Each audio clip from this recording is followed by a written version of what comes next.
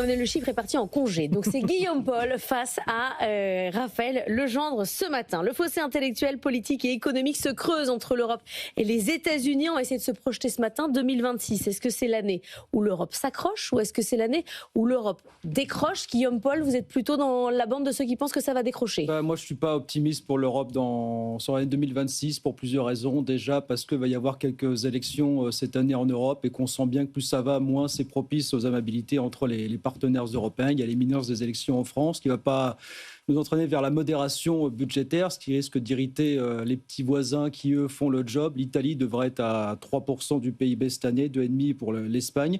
Vous avez des élections législatives chez le camarade Viktor Orban en Hongrie. Vous en avez plusieurs dans les Länder en Allemagne. Vous en avez au Danemark en automne, là aussi, où l'extrême droite progresse. Donc tout ça risque de laisser des traces. Et puis à côté de ça, vous voyez que les Russes, les Américains, les Chinois arrivent très bien à faire ce qu'ils ont envie de faire, c'est-à-dire diviser les Européens sur des sujets absolument cruciaux. On a vu cette année comment, sur le plan commercial, l'Europe s'est fragmenté, comme on a vu certains pays membres de la zone euro, notamment aller à Washington, un peu comme on va à Canossa, pour obtenir un traitement préférentiel. Les Chinois ont très bien compris ça aussi. Moi, je me rappelle de cette image délirante, c'était en septembre 2024, donc il y a un peu plus d'un an. Vous voyez Pedro Sanchez, le Premier ministre espagnol, qui va à Shanghai dans une grande foire commerciale pour dézinguer explicitement les projets de hausse de douane sur les voitures électriques chinoises.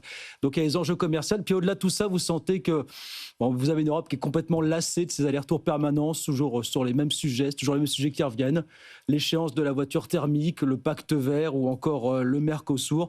Donc c'est des allers-retours permanents sur des sujets qui crispent, alors qu'en parallèle, vous avez des dossiers qui avancent absolument pas. Alors on a vaguement parlé cette année d'avancer sur l'Europe de la défense. Regardez le désastre du dossier du SCAF entre Français et les Allemands. On a vaguement parlé de faire l'union bancaire, des marchés de capitaux, sauf que là non plus, ça n'avance pas. Donc je veux bien qu'on nous dise que l'Europe avance dans les moments désespérés. Je veux bien qu'on me dise « Ah ben oui, ce qui s'est passé il y a une semaine, c'est très bien. Le prêt à l'Ukraine, son taux d'intérêt pour la reconstruction du pays. » Mais enfin, on a l'impression que si l'Europe avance toujours dans l'adversité, c'est pas encore maintenant. En tout cas, on n'a pas atteint le fond du puits. Figurez-vous que ce matin, c'est Raphaël Legendre qui va nous apporter l'espoir. Mais oui, ça a l'air de vous surprendre, Laure. Moi, je trouve qu'il faut complètement changer de mindset sur l'Europe. Remontez-lui le moral. Mais oui, il n'a pas l'air bien, l'ami Guillaume. Non. L'Europe a énormément de ressources et l'Europe va très probablement se réveiller en 2026. C'est ça la très bonne nouvelle. D'abord, il faut arrêter de se flageller matin, midi et soir en se disant « Regardez la Chine, les États-Unis, nous on fait rien au milieu et on va disparaître de la carte ». C'est faux. L'Europe, c'est en moyenne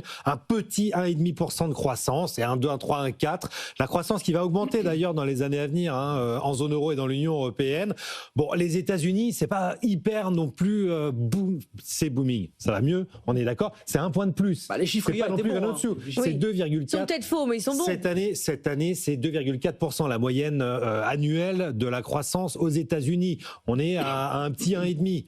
Bon, on n'est pas très très loin derrière non plus, d'autant plus que le premier moteur de la zone euro, l'Allemagne, est en panne depuis bientôt 3 ans, ce qui va changer.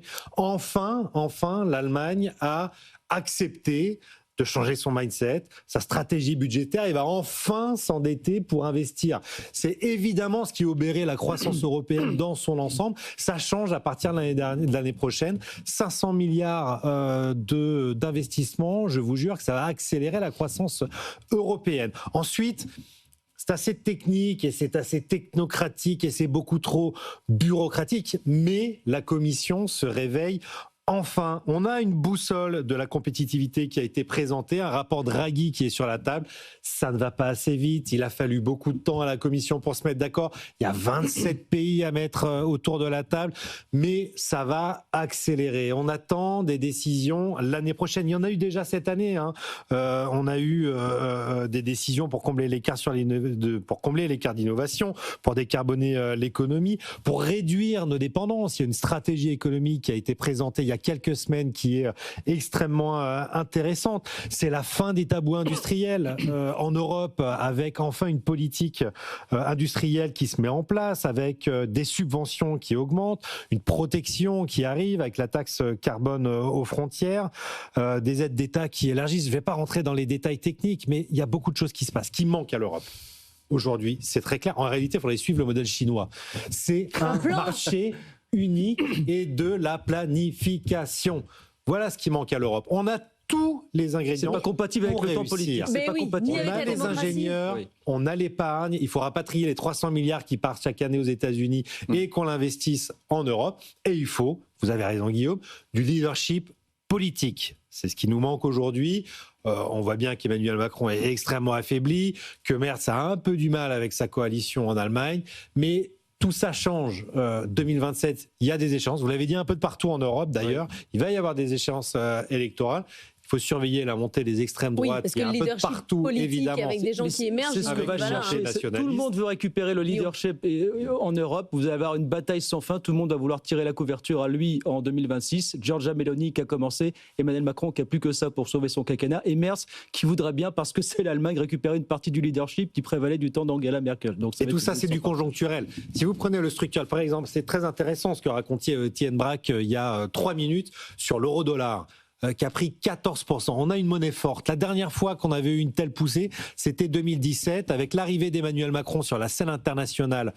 Moi, je me rappelle accompagner Bruno Le Maire au FMI, juste après l'arrivée d'Emmanuel Macron, où CNN l'interrogeait en lui disant « Vous êtes le ministre de l'économie du pays le plus réformateur au monde ». La France avait une véritable image de réformateur. Tout autour du monde, c'était possible. Et Donald Trump venait d'arriver et décevait par ses promesses fiscales. L'histoire se répète. On verra bien ce qui se passe en 2027. Mais gardons espoir pour l'Europe. Nous avons beaucoup d'armes à défendre. J'espère que vous avez remonté le moral à Guillaume Paul. Merci beaucoup à tous les deux. Je vous souhaite d'excellentes fêtes de fin d'année. On se retrouve à la rentrée.